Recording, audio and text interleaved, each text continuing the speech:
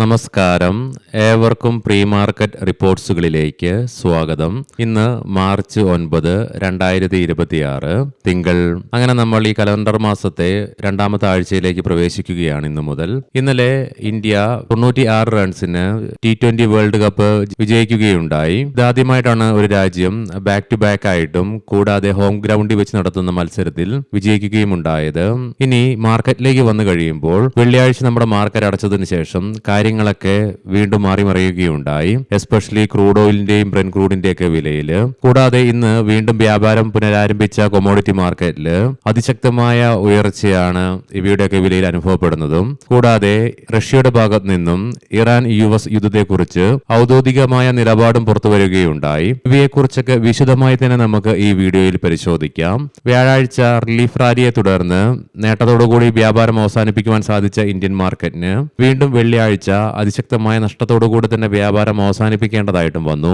മാത്രമല്ല വിദേശ ധനകാര്യ സ്ഥാപനങ്ങൾ ഇന്ത്യൻ ക്യാഷ് മാർക്കറ്റിൽ 6030.38 കോടി രൂപയ്ക്ക് സെല്ലിംഗ് അതിശക്തമാക്കുകയും ഉണ്ടായി. ആഭ്യന്തര ധനകാര്യ സ്ഥാപനങ്ങൾ അതേസമയം 6971.51 കോടി രൂപയ്ക്ക് ബൈയിങ്ങും തുടരുകയുണ്ടായി. ഇന്നത്തെ നമ്മുടെ മാർക്കറ്റിലേക്ക് സ്പെസിഫിക് ആയിട്ട് വന്നു കഴിയുമ്പോൾ ടെക്നിക്കലൊക്കെ വർക്ക് ചെയ്യാനുള്ള സാധ്യതകൾ ഇന്ന് കുറവാണ് ഗിഫ്റ്റ് നിഫ്റ്റി ഇൻഡിക്കേറ്റ് ചെയ്യുന്നതും. എന്നിരുന്നാൽ കൂടിയിട്ടും അനലിസ്റ്റുകളുടെ മെസ്പോർട്ടുകളുടെ അഭിപ്രായങ്ങൾ പ്രകാരം ഓഗസ്റ്റ് മാസത്തെ ലോ ലെവലും കൂടാതെ കഴിഞ്ഞ ആഴ്ചത്തെ നിഫ്റ്റിയുടെ വീക്ക്ലി ലോ ലെവലുമായ 24,300 എന്ന ലെവൽ ഡൗൺ സൈഡിലേക്ക് ഇന്ന് നിഫ്റ്റിക്ക് ക്രൂഷ്യൽ തന്നെയാണ്. എന്നാൽ ഗിഫ്റ്റ് നിഫ്റ്റി നിലവിൽ ഇൻഡിക്കേറ്റ് ചെയ്യുന്നതും ഈ ലെവലിന് താഴെയായിട്ടുള്ള ഒരു ഓപ്പണിംഗുമാണ്. തുടർന്ന് 24,000 എന്ന ലെവൽ സൈക്കോളജിക്കൽ ആണെങ്കിൽ കൂടിയിട്ടും 23,800 എന്ന ലെവൽ നിഫ്റ്റിയെ സംബന്ധിച്ചിടത്തോളം ഡൗൺ സൈഡിലേക്ക് ക്രൂഷ്യലുമാണ്.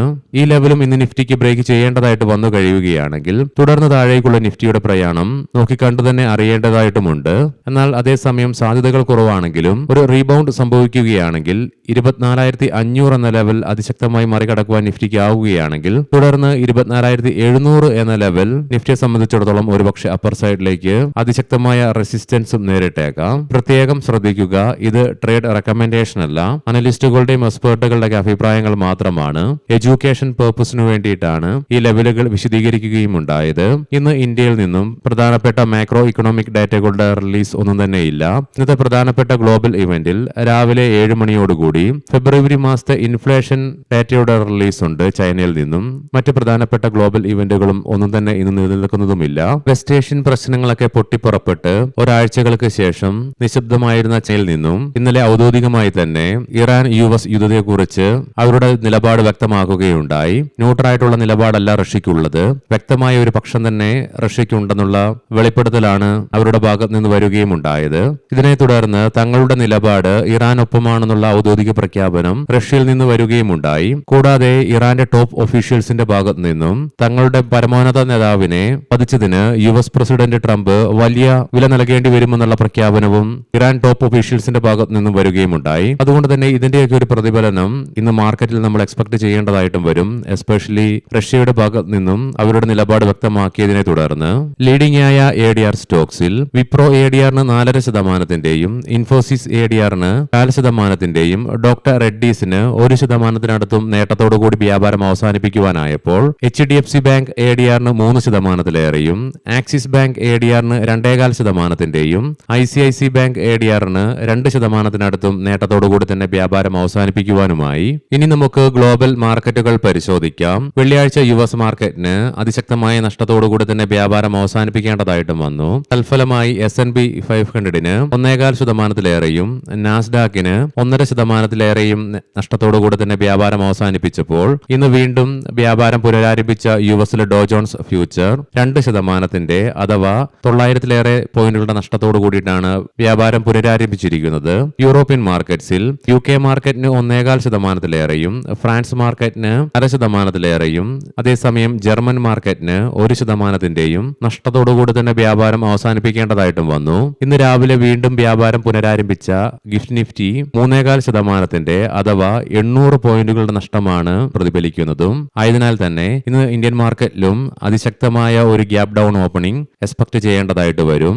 ഏഷ്യൻ മാർക്കറ്റ്സിലേക്ക് വരുമ്പോൾ ജപ്പാൻ മാർക്കറ്റ് 7%, കൊറിയൻ മാർക്കറ്റ് 8.5% നഷ്ടത്തോടു കൂടി തന്നെയാണ് ഇന്ന് വ്യാപാരം പുനരാരംഭിച്ചിരിക്കുന്നതും. കൊമോഡിറ്റിയിലേക്ക് വന്നു കഴിയുമ്പോൾ ബ്രെൻ ക്രൂഡിന്റെ വില 16. $1.77% ഉയർച്ചയോടുകൂടി $108.23 പെർ ഔൺസ് എന്ന നിലയിലേക്ക് എത്തിച്ചേർന്നു. ക്രൂഡ് ഓയിലിന്റെ വില 18.96% ഉയർച്ചയോടുകൂടി $108.14 പെർ ബാരൽ എന്ന നിലയിലേക്കും എത്തിച്ചേരുകയും ചെയ്തു. അതേസമയം ഗോൾഡിന്റെ വിലയിൽ 1.25% ഇടിവാണ് നിലവിൽ അനുഭവപ്പെട്ടുകൊണ്ടിരിക്കുന്നതും. $567.11 പെർ ഔൺസ് എന്ന നിലയിലായിട്ട് ഗോൾഡിൽ വ്യാപാരം നടത്തിക്കൊണ്ടിരിക്കുമ്പോൾ സിൽവറിന്റെ വിലയിൽ 4%-ലേറെ ഇടിവും അനുഭവപ്പെടുന്നുണ്ട്. $80.83 പെർ ഔൺസ് എന്ന നിലയിലായിട്ടാണ് സിൽവറിൽ വ്യാപാരം നടന്നുകൊണ്ടിരിക്കുന്നതും. ഇന്ന് ട്രേഡേഴ്സ് ഒക്കെ എസ്പെഷ്യലി മാർക്കറ്റിൽ വളരെ കെയർഫുൾ ആകാൻ വേണ്ടി ശ്രമിക്കുക. ഒരുപക്ഷെ ഇന്ത്യ വിക്സും അതിശക്തമായ ഉയർച്ച രേഖപ്പെടുത്തുവാനും ഇടയുണ്ട്. മാത്രമല്ല മാർക്കറ്റും ഇന്ന് ഹൈലി വോൾട്ടൈലുമായിരിക്കും. ഇനി നമുക്ക് സ്പെസിഫിക് ആയിട്ട് നിഫ്റ്റിയുടെയും ബാങ്ക് നിഫ്റ്റിയുടെയും ടെക്നിക്കൽസിലേക്ക് പ്രവേശിക്കാം. നിഫ്റ്റിയുടെ PCR 0.68 എന്ന നിലയിലും മാക്സ് പെയിൻ 24,600 എന്ന ലെവലിലുമായിട്ട് നിലകൊള്ളുന്നു. വോൾട്ടാലിറ്റിയും വീക്ക്നെസിനെയും തുടർന്നുണ്ടായ ഇടിവിന്റെ ഫലമായിട്ട് മൈനർ അപ്പർ ആൻഡ് ലോവർ ഷാഡോസോട് കൂടിയിട്ടുള്ള ലോങ് ബെയറിഷ് ക്യാൻഡിലാണ് നിഫ്റ്റിയുടെ ഡെയിലി ചാർട്ട്സിൽ നിന്നും ദൃശ്യമാകുന്നത്. കൂടാതെ നിഫ്റ്റിയുടെ ഷോർട്ട് ടൈം മൂവിംഗ് ആവറേജുകൾ അവയുടെ ഡൗൺ ട്രെൻഡ് തുടരുകയുമുണ്ടായി. മാത്രമല്ല എല്ലാ കീ മൂവിംഗ് ആവറേജുകളുടെ താഴെയായിട്ടാണ് നിഫ്റ്റി വ്യാപാരം അവസാനിപ്പിച്ച് നിലകൊള്ളുന്നതും. RSIയിലും ഇടിവ് രേഖപ്പെടുത്തിയതിനെ തുടർന്ന് 33.45 എന്ന ലെവലിലേക്കും എത്തിച്ചേർന്നു. വീക്കിലി ഓപ്ഷൻസ് ഡാറ്റ പ്രകാരം 25,000 എന്ന സ്ട്രൈക്കിലാണ് കോൾ സൈഡിലേക്ക് ഏറ്റവും കൂടുതൽ ഓപ്പൺ ഇൻട്രസ്റ്റ് കാണുവാനായിട്ട് സാധിക്കുക. അതേ സ്ട്രൈക്കിൽ തന്നെയാണ് ഏറ്റവും കൂടുതൽ കോൾ റൈറ്റിംഗും നിലവിൽ കാണുന്നത്. പുട്ട് സൈഡിലേക്ക് 24,000 എന്ന സ്ട്രൈക്കിലാണ് ഏറ്റവും കൂടുതൽ ഓപ്പൺ ഇൻട്രസ്റ്റ് കാണുവാൻ സാധിക്കുന്നതെങ്കിലും 24,450 എന്ന സ്ട്രൈക്കിലാണ് ഏറ്റവും കൂടുതൽ പുട്ട് റൈറ്റിംഗ് നിലവിൽ കാണാനായിട്ടും സാധിക്കുക.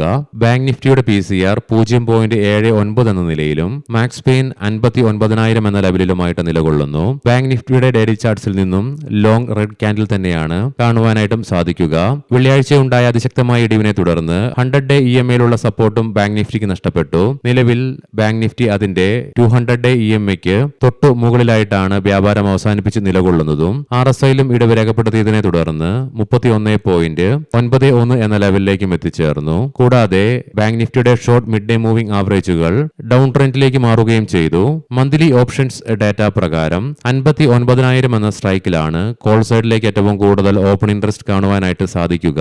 അതേ സ്ട്രൈക്കിൽ തന്നെയാണ് ഏറ്റവും കൂടുതൽ കോൾ റൈറ്റിംഗും നിലവിൽ കാണുന്നത്. 59,000 എന്ന സ്ട്രൈക്കിൽ തന്നെയാണ് അതേസമയം പുട്ട് സൈഡിലേക്കും ഏറ്റവും കൂടുതൽ ഓപ്പൺ ഇൻട്രസ്റ്റ് കാണുവാൻ സാധിക്കുന്നതെങ്കിലും 57,500 എന്ന സ്ട്രൈക്കിലാണ് ഏറ്റവും കൂടുതൽ പുട്ട് റൈറ്റിംഗ് നിലവിൽ കാണുക. ഇനി നമുക്ക് ഇന്നത്തെ പ്രധാനപ്പെട്ട ചില സ്റ്റോക്കിംഗ് ന്യൂസുകൾ പരിശോധിക്കാം. മുൻകൂട്ടി ഓർമ്മിപ്പിച്ചുകൊള്ളട്ടെ, ഇത് ഒരു ബൈ ഓർ സെൽ റെക്കമെൻഡേഷൻ അല്ല. ക്വാളിറ്റി വാൾസ് ഇന്ത്യ Q3 ഏർണിംഗ്സുകൾ കമ്പനി പ്രസിദ്ധീകരിക്കുകയുണ്ടായി. ഇയർ ഓൺ ഇയർ ബേസിസിൽ കമ്പനിയുടെ ലോസ് വർദ്ധിപ്പിക്കുകയുണ്ടായി. കഴിഞ്ഞ വർഷം ഇതേ ക്വാർട്ടറിൽ 100.2 കോടി രൂപ നഷ്ടത്തിൽ നിന്നും ഇത്തവണ 178.4 കോടി രൂപയായി കമ്പനിയുടെ ലോസ് വർദ്ധിച്ചു. ടോട്ടൽ ഇൻകത്തിലും 30.6% ഇടിവും രേഖപ്പെടുത്തി.